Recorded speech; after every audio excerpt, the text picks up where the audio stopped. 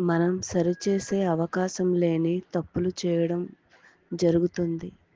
కానీ దాన్ని తప్పుగా గుర్తించే ఆలోచన కూడా రాదు.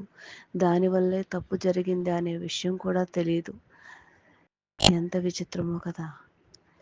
ఒక తల్లి తన పిల్లల్ని పెంచేటప్పుడు తండ్రైనా అవ్వచ్చు.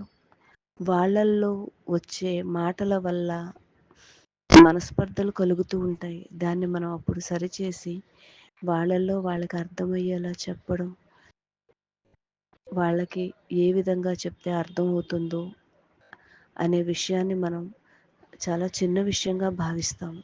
దానివల్ల ఫ్యూచర్‌లో బంధాలు విడిపోవడమే కాదు, వాళ్ళ యొక్క ఒకరి కష్టాలు ఒకళ్ళు అర్థం చేసుకోకుండా కేసులు, కోర్టులు, పోలీస్ స్టేషన్‌లు ఇష్టం వచ్చినట్టు రోడ్డు మీద పడిపోతుంటారు.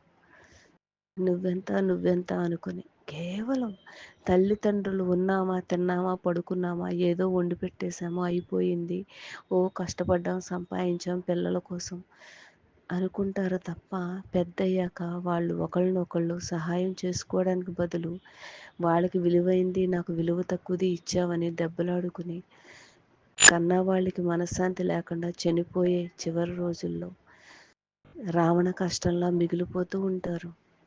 వీళ్ళు సంపాదించినందుకు ఏడవాలా, వాళ్ళకి సరిగ్గా పంచి ఇవ్వలేక అర్థం చెప్పలేనందుకు ఏడవాలా? తప్పెక్కడ జరుగుతుంది? మొదట్లోనే. కానీ ఈ విషయం తెలిసింది చాలా తక్కువ మందికి. పెళ్ళంటే ఏదో చదువుకోకపోతే పెళ్లి చేసేద్దాము అనుకుంటారు. కానీ చదువుకోపోతే కాదు, విజ్ఞత లేని, వివేక జ్ఞానం లేని వాళ్ళకి పెళ్ళిళ్ళు చెయ్యకూడదు, పిల్లలు కనకూడదు.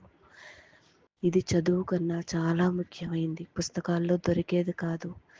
మనము శాంతి, సహనం, ఓర్పుతో, ఆలోచనతో తీసుకోవలసిన నిర్ణయాలు పెళ్లి చేసుకున్న దగ్గర నుంచి, పిల్లలు కన్న దగ్గర నుంచే మొదలవుతాయి. ఏ బంధమైనా నిలబడాలన్నా, మన ఒపీనియన్ని అర్థమయ్యేలా చెప్పాలన్నా ఇదే మొదటిది నేర్చుకోవాల్సిన విద్య.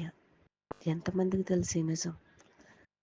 ఈ కోర్టులో, పోలీస్ స్టేషన్లో కేసులన్నీ ఇవే.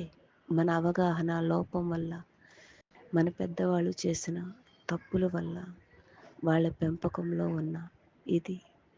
దానికి ఏ పేరు పెట్టాలో తెలీదు. ఇప్పుడు అందరూ రోడ్లు పాలైపోయిన కారణం, అశాంతికి కారణం కూడా అదే.